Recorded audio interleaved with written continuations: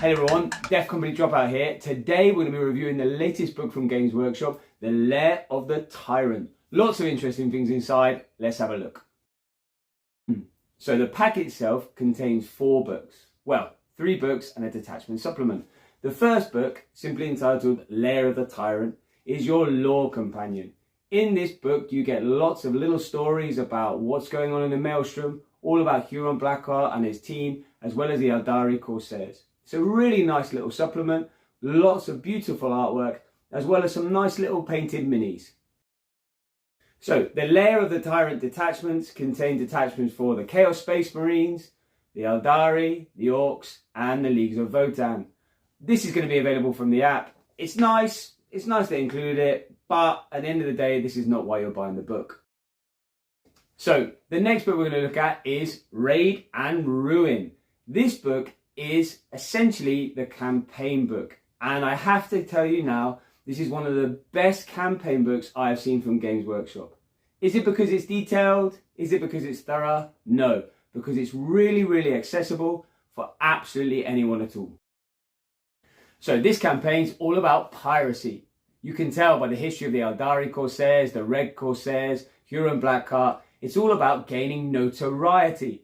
And that is done through completing challenges, doing raids, and gaining victories.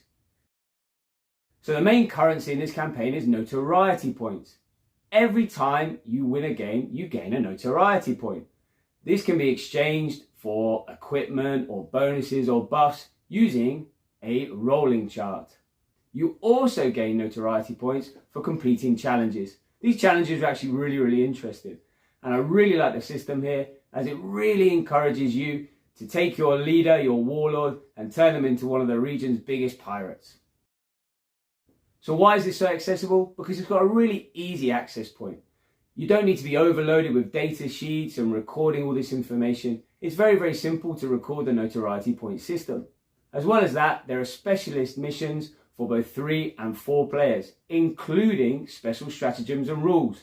I have to say, I absolutely love the parlay stratagem. I can't wait to be exchanging command points as I ask one of the people on my table to be shooting somebody else instead of me.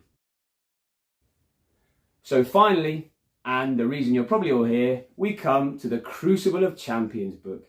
This book is all about creating custom characters. So let's have a look at how it works and whether it will work. So, this book gives you a series of steps of how to build your custom character. The first thing you need to do is pick an archetype. This might be a flawless champion for the Emperor's Children, or a Librarius Adept for the Adeptus Astartes. Then you pick a specialism. This could be something as simple as giving them Terminator armor or a jump pack. Once you've done that, you pick an ability. This could be something as simple as giving them +1 to hit in melee or -1 to damage.